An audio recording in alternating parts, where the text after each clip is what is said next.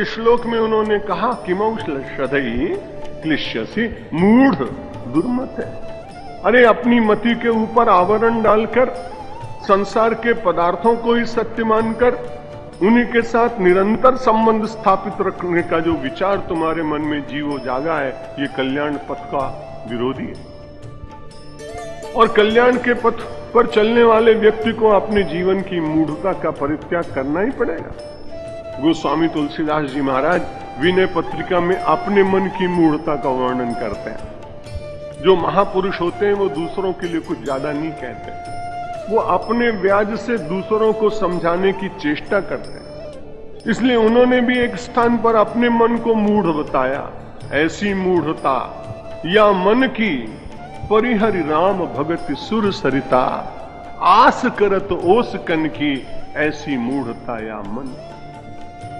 ज्यों गचकांच विलो की शेन जड़, छाह आपने तन की, टूटत अति आतुर आहार बस, क्षति विसार आनन की ऐसी मूढ़ता या मन की। अरे मन मूढ़, तू कैसा हो गया है?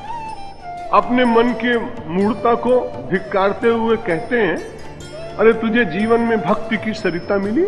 ये अध्यात्म रामायण श्रीमद् भागवत अपने पवित्र सारे ग्रंथ हम लोगों को ज्ञान और भक्ति की सरिता में स्नान कराता, गंगा की तरह से सतत प्रवाहित है। इसलिए भक्ति की गंगा में बिना स्नान किए हुए तुझे प्यास लगी है, मैं जानता हूं। संसार में जब आए तो प्यास तो लगेगी, लेकिन प्यास बुझाने के लिए जो शुद्ध जल हो वही पीना चाहिए, जो पवित्र जल हो वही पीना चाहिए।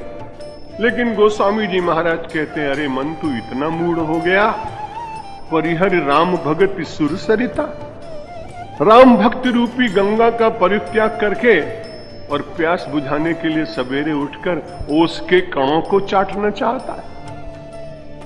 ओस के कण मोती जैसे दिखाई पड़ते हैं, उनमें बड़ा आकर्षण भी होता है, लेकिन गुजराती में उसको झांकर कहते हैं।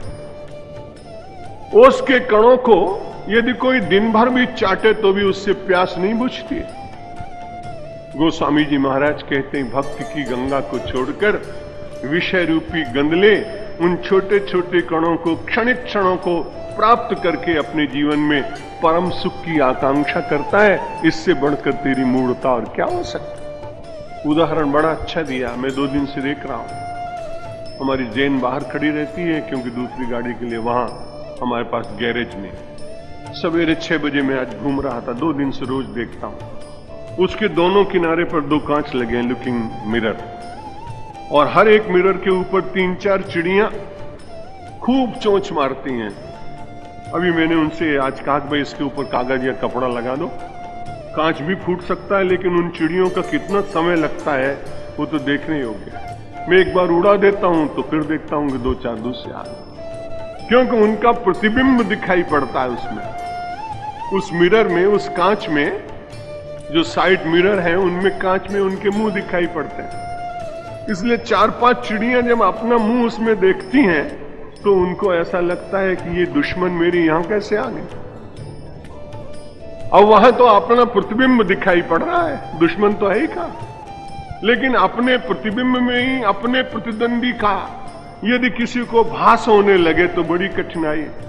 सच्चिदानंद परमात्मा है, परमानंद स्वरूप, लेकिन क्षणिक विषय में वो विषयाभास में, आनंदाभास की मन में कल्पना करके मानव उसी में डूबा रहने का जो प्रयत्न करता है, यही तो मानव की सबसे बड़ी मूढ़ता है। ऐसी मूढ़ता या मन की परिहरि राम भगत सुर सरिता, आस करत ओसकन की, ज्यों गचकांच विलो की शेन जड़।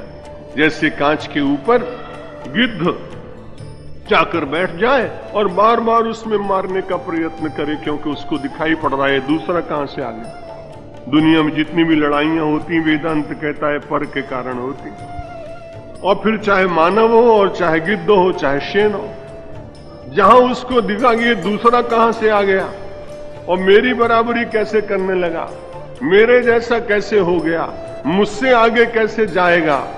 और जहां ये पर की कल्पनाएं व्यक्ति के भीतर बढ़ती जाती हैं, दुख के स्रोत प्रकट होते जाते हैं और जहां जहां ये पर की कल्पना समाप्त होती जाती है, अद्वैत का चिंतन होता जाता है, अपना ही स्वरूप सब जगह दिखाई पड़ने लगता है, मन अपने आप शांत होता चला जाता है।